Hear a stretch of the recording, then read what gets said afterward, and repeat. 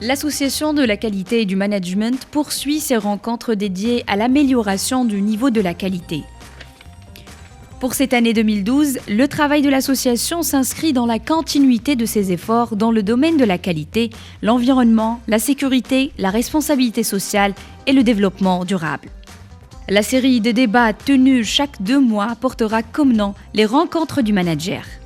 En fait, les rencontres de managers, c'est une série de débats et de rencontres que nous organisons une fois tous les 2 mois pour traiter une thématique soit liée à un domaine de l'agroalimentaire, l'industrie, etc., ou les normes, pour pouvoir échanger et expliquer un petit peu les thématiques qui concernent un petit peu le système managérial. Il était question lors de cette journée de discuter la maîtrise des risques de sécurité alimentaire, l'un des enjeux pour les entreprises du secteur agroalimentaire. Au milieu d'un grand choix entre les référentiels privés des distributeurs, notamment IFS, BRC et l'ISO 22000. En fait, l'FSC 22000, c'est un protocole de certification qui a été développé par une fondation qui s'appelle FSC et qui s'appuie sur 2 axes principaux, à savoir l'ISO 22000 version 2005 et les exigences d'une spécification technique qui s'appelle ISO TS 22002-1. La base de ce FSC 22000, donc c'est la sécurité alimentaire avec un détail particulier sur les programmes prérequis. C'est des programmes préalables ou programmes préalables qui sont des activités qui maintiennent un environnement hygiénique de la société. L'ISO 22000, c'est effectivement une norme qui est sortie en 2005 et qui est normalement est arrivée pour supplanter toutes les autres.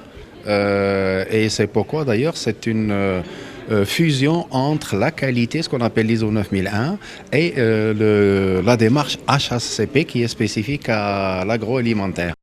Maîtriser la qualité du produit pour qu'il assure une bonne compétitivité à l'export est l'un des soucis de l'établissement autonome de contrôle et de coordination de l'exportation. L'établissement, face à ça, il a aussi évolué son système de contrôle. Donc, après avoir atteint les 100% en 2003 en ce qui concerne le contrôle à domicile, en 2007, nous avons commencé notre programme de contrôle interne.